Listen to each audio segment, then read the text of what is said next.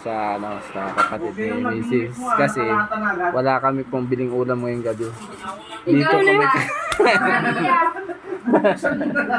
Dito kami kakain ngayon kasi wala kami pong biling ulam. Hindi malilibre na naman yung ulam namin na isang araw. Ayan yung salarin, ayan, ayan.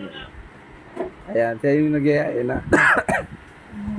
Sabi niya sa amin, tara, punta tayo doon, huwag na tayo bumiling ulam. Kasi wala akong pambili, doon na tayo kakain. O, ayan na.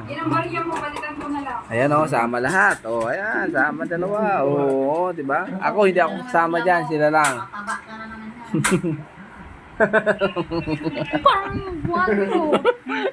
Bakit totoo naman, diba? Dito tayo kakain kasi para malibre naman yung hapunan natin. Ikaw iinom ka ng Ikaw, mainit? sa vlog kasi, yung asawa ko kasi, lahat ng birthday nung mga classmate ni Aliyah, mga classmate ni Aliyah, tapos na, kaya wala na kaming gabihan. Kasi dati nung may birthday, may gabihan kami lagi eh. Kasi may dala-dala siya lagi eh.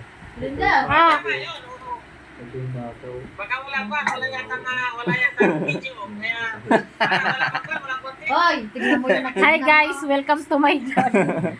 Tignan nyo yung kinakidnap kaya ang anak nyo. Ikaw, magkamag-minaw-masawa ka ng minaw. Maraming content, kaka-upload lang namin eh. Ano yun, tinanggal yung ano? Tinanggal lahat ng laman. Ako, tinatama na kung gumawa ng content. Ang ganda nga ng content mo eh. Yung lata, naging Hindi kaya kami sa ibang bahay. Matindi talaga si Mrs. eh. Bulog mo, mag-wax ka nga dyan. Ano naman, bakit bumili naman natin? Ano naman doon, di ba? Oo, ito naman eh.